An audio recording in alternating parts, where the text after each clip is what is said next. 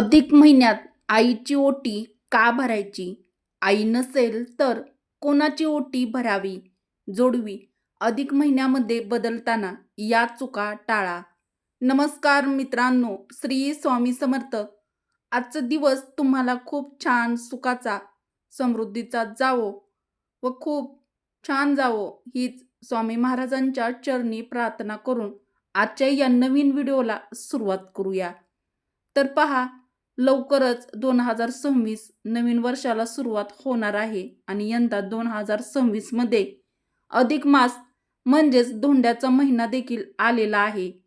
तर धोंड्याचा महिना हा भगवान विष्णूंना समर्पित असून तो महिना अत्यंत पवित्र व शुभ मानला जातो. या अधिक मासाला धोंड्याचा महिना, ज्याला पुरुषोत्तम मास असं देखील म्हटलं जातं. आपल्या हिंदू धर्मामध्ये प्रत्येक महिना आणि प्रत्येक तिथीला एक विशेष महत्त्व आहे. यंदा 2026 मध्ये एक अतिरिक्त महिना आहे, तर तो 3 वर्षातून एकदा येतो आणि अधिक मास हा महिना अतिशय शुभ मानला जातो. या महिन्यात आध्यात्मिक उपासना भक्तीसाठी एक आदर्श काळ मानला जातो. सांगितल्याप्रमाणे हा महिना भगवान विष्णूंना समर्पित आहे आणि देवतांकडून आशीर्वाद प्राप्त करून घेण्यासाठी विविध धार्मिक विधी देखील या महिन्यात केले जातात. अधिक मासाची उत्पत्ती प्राचीन काळापासून झाली आहे आणि जेव्हा अधिक मास ज्या वर्षामध्ये येतो तेव्हा त्या वर्षी 12 महिने नसून 13 महिन्याचा पूर्ण वर्ष हे पूर्ण होते.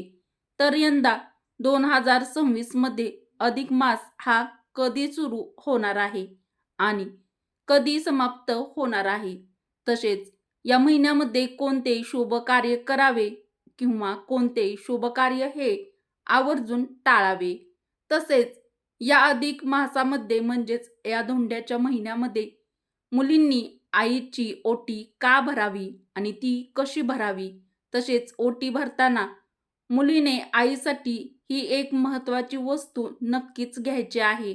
तसेच आपण अधिक महिन्यामध्ये जोडव्यामध्ये भर टाकत असतो. आपली जोडवी जे आहे तर ते सुद्धा आपण बदलत असतो. तर ही जोडवी बदलताना तुम्हाला ही एक चूक जी आहे ती अजिबात करायची नाही. तसेच अधिक मासात अजून कोणत्या महत्त्वाच्या गोष्टी कराव्या याबद्दलची संपूर्ण माहिती या व्हिडिओमध्ये मी तुमच्यासोबत शेअर करणार आहे. त्यामुळे तुम्ही हा व्हिडिओ स्किप कोठेही न करता शेवटपर्यंत नक्की पहा. चॅनलवरती नवीन असाल तर चॅनलला सबस्क्राईब देखील नक्की करा आणि असेच माहितीपूर्ण व नवनवीन धार्मिक व्हिडिओ पाहण्यासाठी बेल आयकॉनलाही प्रेस करा. म्हणजे जेव्हा कधी मी नवीन व्हिडिओ अपलोड करेल तेव्हा त्याचं नोटिफिकेशन सर्वात अगोदर तुम्हाला भेटेल आणि तुम्ही एकही व्हिडिओ मिस करणार नाही. चला तर मग व्हिडिओला आपल्या सुरुवात करूया. तर बघा, 2026 मध्ये अधिक मास, अधिक महिना, धोंड्याचा महिना 17 मे 2026 या दिवसापासून सुरू होणार आहे आणि समाप्ती 15 जून 2026 या दिवशी अधिक मासाची समाप्ती होणार आहे. आणि अधिक मास हा दरवर्षी येत नाही, साधारण दर 3 वर्षांनी हा अधिक मास येतो आणि हा संपूर्ण महिना भगवान श्रीहरी विष्णू यांना समर्पित आहे आणि म्हणून या महिन्यात जास्तीत जास्त भगवान श्रीहरी विष्णूंची उपासना ही केली जाते. अधिक मास हा संपूर्ण महिना शुभ कार्यासाठी खूप खास मानला जातो. या महिन्यात दान, जप, तप आणि धार्मिक ग्रंथाचे पठण केल्याने आपल्याला अनेक पटीने पुण्य मिळते. तसेच अधिक मास म्हणजे ज्योतिष आणि खगोलशास्त्राचे कारण आहे. आपले हिंदू कॅलेंडर हे चंद्र आणि सौर अशा 2 पद्धतीने चालते. चंद्रवर्ष हे 353 दिवसाचे असते आणि सौर वर्ष 365 दिवसाचे असते.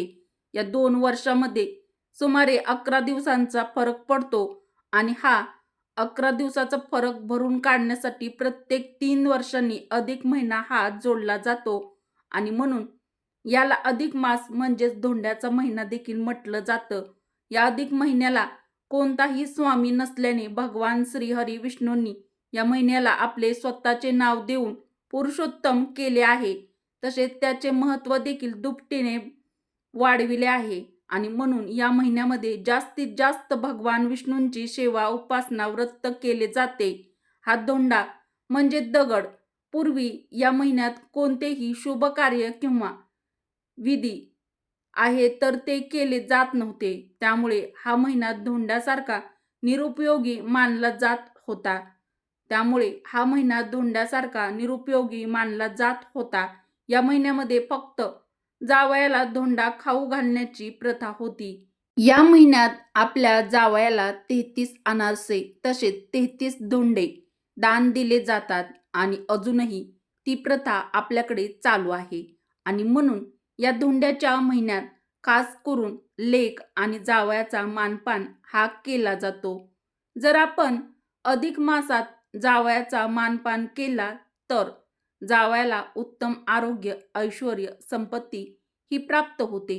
या महिन्यात दान करणे हे अत्यंत शुभ आणि पुण्यकारक मानलं जातं आणि म्हणून या महिन्यात आपल्या यथाशक्ती जे काही दान होईल तर ते आपल्याला आवर्जून करायचं असतं. ज्यामध्ये तुम्ही अन्नदान, वस्त्रदान आणि 33 वस्तूंचे दान हे आवर्जून करावे.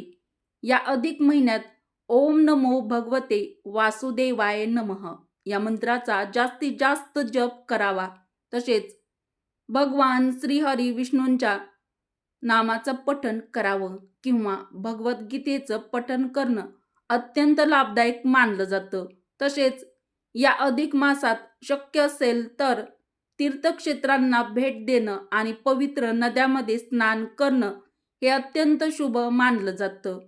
मित्रांनो, हा अधिक मास अतिशय पवित्र आणि शुभ असला तरीही या महिन्यात काही गोष्टी ज्या आहेत तर त्या आवर्जून टाळायच्या असतात. काही गोष्टी या महिन्यामध्ये केल्या जात नाही. जसे की बघा, या अधिक महिन्यामध्ये विवाह करणे, नामकरण करणे, गृहप्रवेश करणे, भूमिपूजन करणे यासारखी शुभ आणि नवीन कार्याची सुरुवात करणे टाळावे. कारण याला निकृष्ट महिना असं म्हटलं जातं आणि म्हणून या महिन्यात यासारख्या गोष्टी चुकून देखील करू नये. आता या अधिक मासात सगळ्यात जास्त महत्त्वाची गोष्ट आहे ती म्हणजे आईची ओटी भरणे. प्रत्येक मुलीने या अधिक महिन्यामध्ये आपल्या आईची ओटी जी आहे तर ती नक्कीच भरायची आहे. कारण या महिन्यात आईची ओटी भरायला खूप जास्त धार्मिक महत्त्व हे सांगितलं गेलं आहे. आपल्या जन्मदात्या आईची ऋणांची जाणीव ठेवणं, तिच्याबद्दल कृतज्ञता व्यक्त करणं आणि तिला दीर्घायुष्य लाभो, जन्मोजन्मी मला हीच आई मिळावी यासाठी प्रार्थना करणं हा मुख्य उद्देश आईची ओटी भरण्यामागे आहे. असंही आपण काही अशा खास वस्तू आहेत ज्या आपल्या आईसाठी घेत नाही. याउलट प्रत्येक आई आपल्या मुलीसाठी काही ना काही करत असते आणि तिचे ऋण फेडण्यासाठी तुम्हाला अधिक महिन्यामध्ये आईची ओटी जी आहे तर ती आवर्जून भरायची आहे. ज्योतिष शास्त्रानुसार असं म्हटलं जातं की अधिक महिन्यात आईला केलेलं दान हे थेट भगवंताकडे पोहोचतं असं म्हटलं जातं. आता या अधिक महिन्यात आईची ओटी कोणत्या दिवशी भरावी तर अधिक महिना सुरू झाल्यापासून ते अधिक महिना संपेपर्यंत तुम्ही कोणत्याही दिवशी आईची ओटी जी आहे तर ती जाऊन भरू शकतात. परंतु तुम्हाला शक्य असेल तर या अधिक महिन्यामध्ये तुम्ही आईची ओटी मंगळवारी किंवा शुक्रवारी भरण्याचा जास्तीत जास्त प्रयत्न करावा. कारण आपण आईची ओटी देखील मंगळवारी आणि शुक्रवारी भरत असतो आणि आपली आई ही देखील देवीपेक्षा कमी नाही आणि म्हणून तुम्हाला शक्य असेल तर या अधिक महिन्यामध्ये तुम्ही मंगळवारी किंवा शुक्रवारी आईची ओटी भरू शकता.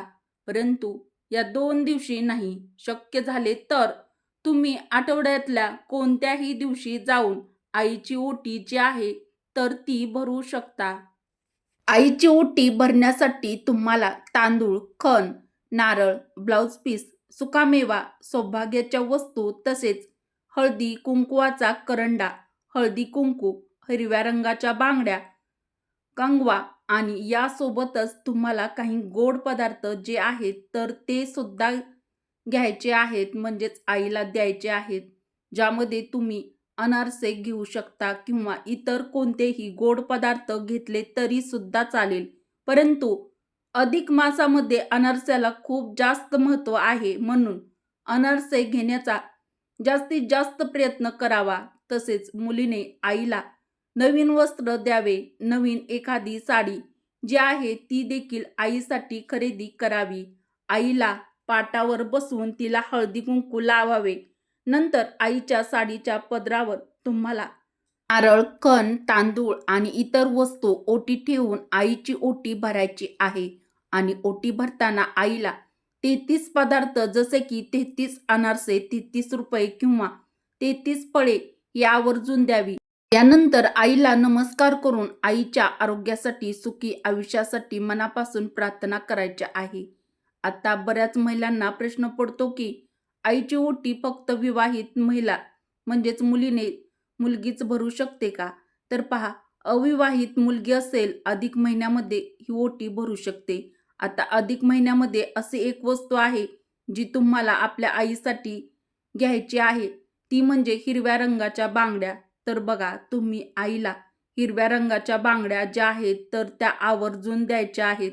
आणि जर तुम्हाला त्या हिरव्या रंगाच्या बांगड्या देणं शक्य झालं नाही तर बांगड्या भरण्यासाठी तुम्ही 100 रुपये का होईना नक्कीच आईला बांगड्या भरण्यासाठी द्यायचे आहेत. कारण या अधिक महिन्यामध्ये आईला हिरव्या रंगाच्या बांगड्या भरणे हे खूप शुभ मानलं जातं आणि म्हणून प्रत्येक मुलीने आईसाठी ही एक महत्त्वाची वस्तू आहे तर ती नक्कीच द्यायची आहे. तसेच या अधिक महिन्यात स्त्रिया आपली जोडवी बदलतात. जी जुनी जोडवी असतात त्यामध्ये भर टाकतात किंवा नवीन जोडवी जी आहे तर ती सुद्धा खरेदी करत असतात. आणि या अधिक महिन्यामध्ये जोडवी बदलणे किंवा जोडव्यामध्ये भर टाकणे हे देखील अत्यंत शुभ मानलं जातं. कार्य देवी लक्ष्मीला प्रसन्न करणारं मानलं जातं आणि म्हणून मंगळसूत्रानंतर सगळ्यात महत्त्वाचा अलंकार येतो तो म्हणजे आपल्या पायात असणारी जोडवी. सौभाग्यवती स्त्रियांनी पायात जोडवी घातल्याने जीवनात सुख समृद्धी येते. स्त्रियांनी पायाच्या बोटात जोडवी घातल्याने पती पत्नीचे नाते हे मजबूत होते. तसेच देवी लक्ष्मी प्रसन्न होऊन त्या घरात सुख, शांती, समृद्धी आणते आणि नकारात्मकता ही देखील दूर होते असे आपल्या धार्मिक शास्त्रामध्ये सांगितले आहे. परंतु जोडवी करताना आपल्या पायामध्ये नेहमी चांदीची जोडवी असावी.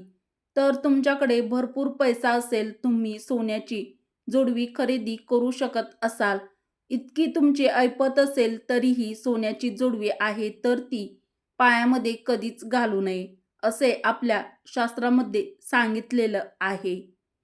सोन्याची जोडवी आहे तर ती पायामध्ये कधीच घालू नये असे आपल्या शास्त्रामध्ये सांगितले जाते. कारण सोने हे माता महालक्ष्मीचे प्रतीक आहे आणि ते आपल्या पायात अशुभ मानलं जातं. कारण जेव्हा आपण जोडवी आपल्या पायामध्ये घालतो तेव्हा आपल्या बोटांचा, आपल्या जोडव्यांचा संबंध हा जमिनीशी येत असतो आणि म्हणून कुठेतरी माता महालक्ष्मीचा अपमान होतो. म्हणून पायामध्ये कधीही चुकूनही सोन्याची जोडवी जी आहे तर ती घातली जात नाहीत. आणि चांदी हा धातू आहे, त्यामुळे नेहमी पायामध्ये चांदीची जोडवी घालावी. जेव्हा आपण पायामध्ये चांदीची जोडवी घालतो तेव्हा शरीरातील सर्व ऊर्जेचा समतोल हा कायम व्यवस्थितपणे राखला जातो. तसेच आपल्यामध्ये जी काही नकारात्मक ऊर्जा आहे तर ती सुद्धा जोडवी आकर्षित करत असतात आणि आपल्यामध्ये सर्व नकारात्मक ऊर्जा ही नष्ट होते. या नकारात्मक ऊर्जा सोबतच आपल्यामध्ये म्हणजेच आपल्या शरीरामध्ये जी काही उष्णता आहे तर ती सुद्धा नियंत्रित ठेवण्याचं काम जोडवी ही करत असतात.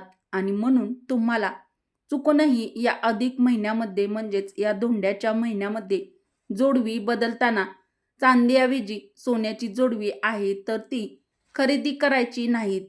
या अधिक महिन्यामध्ये शुक्रवारी किंवा गुरुवारी जोडवी बदलणे अत्यंत शुभ मानलं जातं आणि शक्य असेल तर ही जोडवी तुम्ही आईकडून करवून घ्यायची आहेत. म्हणजेच बघा, असं म्हटलं जातं की अधिक महिन्यामध्ये म्हणजेच धोंड्याच्या महिन्यामध्ये जसे आपण आईची ओटी भरत असतो तसेच आईने सुद्धा आपल्या मुलीच्या जोडव्यामध्ये भर टाकावी, मुलीला नवीन जोडवी करून द्यावी असं म्हटलं जातं. म्हणून तुमच्या आईला जर शक्य असेल तर नक्कीच आईकडून तुम्ही जोडवी करून घ्यायची आहेत. परंतु आईला शक्य नसेल तर तुम्ही स्वतः ही जोडवी केली तरी सुद्धा चालेल. तसेच या पवित्र महिन्यात छोटीशी चूक सुद्धा आपले पुण्य जे आहे ते हिरावून घेऊ शकते आणि म्हणून आपल्याला या अधिक महिन्यामध्ये म्हणजेच धोंड्याच्या महिन्यामध्ये अशा काही चुका आहेत त्या आवर्जून टाळायच्या आहेत. ज्या अधिक महिन्याच्या काळात आपले स्वामी भगवान श्री हरी विष्णू यांची सेवा ही नेमकी कशी करावी जेणेकरून आपल्याला या सेवेचं संपूर्ण फळ हे प्राप्त होईल. अधिक मासात आणि संयमाचा महिना आहे, यामुळे या काळात भौतिक सुखांशी संबंधित काही गोष्टी टाळल्या पाहिजेत. या महिन्यात सांगितल्याप्रमाणे जे शुभ कार्य आहे तर ते वर्ज्य करावे. जसे की गृहप्रवेश असेल, नामकरण सोहळा असेल, ज्या काही गोष्टी मी तुम्हाला अगोदर सांगितल्या आहेत तर त्या पूर्णपणे तुम्हाला वर्ज्य करायच्या आहेत. तसेच भगवान विष्णूची सेवा करत असताना आपल्या शरीरात आणि मनात शुद्धता असणं ते खूप म्हणजेच अत्यंत महत्त्वाचं आहे. त्यामुळे हा संपूर्ण महिन्यात तुम्हाला मांसाहार, मद्यपान, कांदा, लसूण, शिळे अन्न खाणे टाळायचं आहे आवर्जून. जास्तीत जास्त सात्विक आहार, फलाहार तसेच या महिन्यात नवीन वस्तूंची खरेदी करणं किंवा मोठी मालमत्ता खरेदी करणं हे आवर्जून टाळावं. या महिन्यात केलेले कार्य हे लगेच फलदायी होत नाही. त्यामुळे केलेले व्रतवैकल्य चालत नाही, तर ती वाणीची शुद्धता असणं हे सुद्धा आवश्यक आहे. या काळात कोणाशीही वाद घालू नका, अपशब्द बोलू नका, कोणाशीही खोटे बोलू नका. शांती, संयम आणि मधुर भाषा वापरा. हा महिना दान धर्मासाठी ओळखला जातो. या महिन्यात दान करणे हे खूप शुभ मानलं जातं. क्षमतेनुसार अन्नदान, वस्त्रदान, कमीत कमी 33 वस्तूंचं दान हे नक्की करा. दान करताना मनात कोणताही स्वार्थ तुम्ही ठेवू नका. तसेच या काळात तुळशीची पूजा करणं अतिशय शुभ मानलं जातं. कारण तुळस ही भगवान विष्णूंना अतिशय प्रिय आहे. परंतु बरेच लोक रविवारी सुद्धा तुळशीला पाणी घालतात. ही चूक तुम्हाला आवर्जून टाळायची आहे. रविवार आणि एकादशीला तुळशीला कधीही पाणी घालू नये. त्यामुळे अधिक मासाचे फळ आहे तर ते प्राप्त करण्यासाठी आपल्याला भगवान विष्णूची निष्ठापूर्वक सेवा करायची आहे. याला पुरुषोत्तम उपासना असंही म्हणतात. भगवान विष्णूच्या पूजेतील सर्वात महत्त्वाची गोष्ट म्हणजे जप. या महिन्यात दररोज सकाळी आणि संध्याकाळी ओम नमो भगवते वासुदेवाय नमः या मंत्राचा किमान 108 वेळा जप हा नक्की करावा. तसेच श्रीमद भागवत गीता किंवा रामायण यापैकी कोणत्याही ग्रंथाचे वाचन जे आहे तर ते आवर्जून करावे.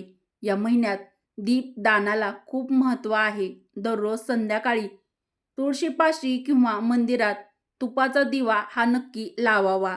या अधिक महिन्यात दररोज भगवान श्रीहरी विष्णूंना फुलं, पिवळ्या रंगाचे नैवेद्य हा नक्की अर्पण करावा.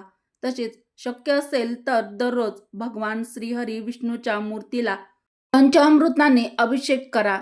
ते शक्य नसेल तर शुद्ध पाणीने अभिषेक केला तरी सुद्धा चालेल. तर तुम्हाला या चुका या अधिक मासामध्ये म्हणजेच या धोंड्याच्या महिन्यामध्ये टाळायच्या आहेत. भगवान श्रीहरी विष्णूंची सांगितल्याप्रमाणे या गोष्टी केल्या तर नक्कीच अधिक मासाचे संपूर्ण फळ हे तुम्हाला प्राप्त होईल. तर धोंड्याच्या महिन्याची ही अत्यंत महत्त्वाची माहिती तुमच्यापर्यंत मला शेअर करायची होती. व्हिडिओ तुम्हाला आवडला असेल तर व्हिडिओला लाईक करा. चॅनलवरती नवीन असाल तर चॅनलला सबस्क्राईब करा आणि हा व्हिडिओ तुमच्या मित्रपरिवारासोबत, बहिणींसोबत जास्तीत जास्त शेअर करा. चला तर मग भेटू परत अशाच एखाद्या नवीन व्हिडिओमध्ये. व्हिडिओ शेवटपर्यंत पाहिल्याबद्दल तुमचे मनापासून धन्यवाद. श्री स्वामी समर्थ. जय श्रीकृष्ण. जय माता लक्ष्मी.